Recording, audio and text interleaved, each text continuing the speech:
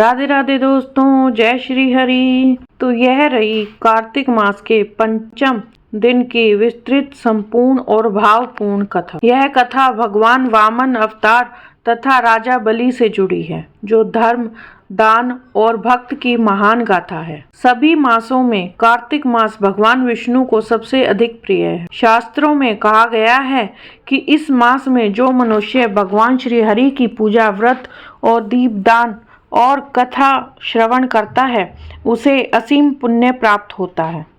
यह मास पापों का नाश, मोक्ष की प्राप्ति और भक्ति की स्थिरता प्रदान करता है। पंचम दिन की कथा सुनने से विशेष रूप से वामन अवतार की कृपा प्राप्त होती है। एक समय की बात है, असुरों के राजा महाबली अत्यंत तेजस्वी, पराक्रमी और दानी थे।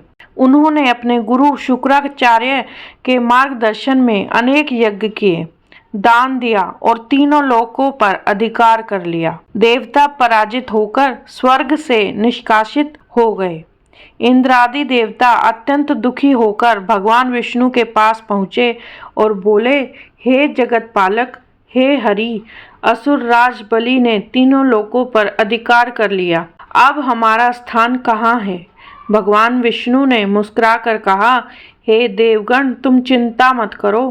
कार्तिक मास के पंचम दिन मैं वामन रूप में प्रकट होकर तुम्हारा उद्धार करूंगा। अदिति नाम की स्त्री और उनके पति कश्यप ऋषि ने अपने पुत्र के रूप में भगवान विष्णु को पाने की इच्छा की। उन्होंने कठोर तप किया। उनकी भक्ति और तप से प्रसन्न होकर भगवान विष्णु ने उनके पुत्र रूप में एक बौने ब्राह्मण बालक के रूप में जन्म लिया।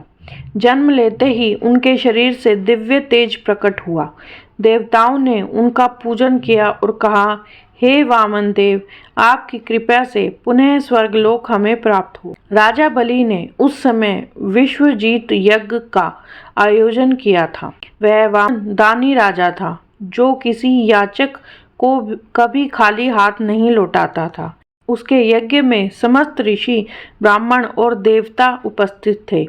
तभी यज्ञ मंडप में एक तेजस्वी ब्राह्मण बालक प्रवेश करता है। सब लोग विस्मित रह जाते हैं। उसका तेज, उसकी आभा और उसके विनम्र मुखमंडल को देखकर सब मोहित हो जाते हैं। राजा बलि ने उठकर उनका स्वागत किया और कहा, बालक, तुम कौन हो? क्या चाहते हो? जो भी तुम्हारी इच्छा हो, कहो। भगवान वामन ने मधुर स्वर में कहा, राजन, मैं केवल 3 पग भूमि चाहता हूँ, जहाँ मैं अपने यज्ञ के लिए स्थान बना सकूं। राजा बलि ने हंसते हुए कहा, बालक, तुम इतने छोटे से स्थान से संतुष्ट हो जाओगे? मैं तो तुम्हें पूरी पृथ्वी दे सकता हूँ। लेकिन वामन देव बोले, जो संतोषी होता है वह कम में भी सुखी रहता है। राजा बलि ने सहर्ष 3 पग भूमि का दान देने का संकल्प किया। जब राजा बलि ने जल लेकर संकल्प करने का प्रयास किया, तब उनके गुरु शुक्राचार्य ने रोकते हुए कहा, राजन, यह कोई साधारण बालक नहीं है, यह स्वयं विष्णु है। ये तुम्हारा सारा राज्य छीन लेंगे।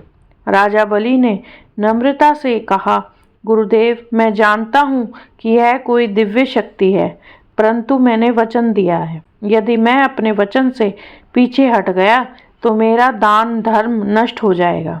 यह कहकर राजा बलि ने दान का संकल्प पूरा किया। जैसे ही दान का संकल्प पूर्ण हुआ, भगवान वामन ने अपना विराट रूप धारण कर लिया।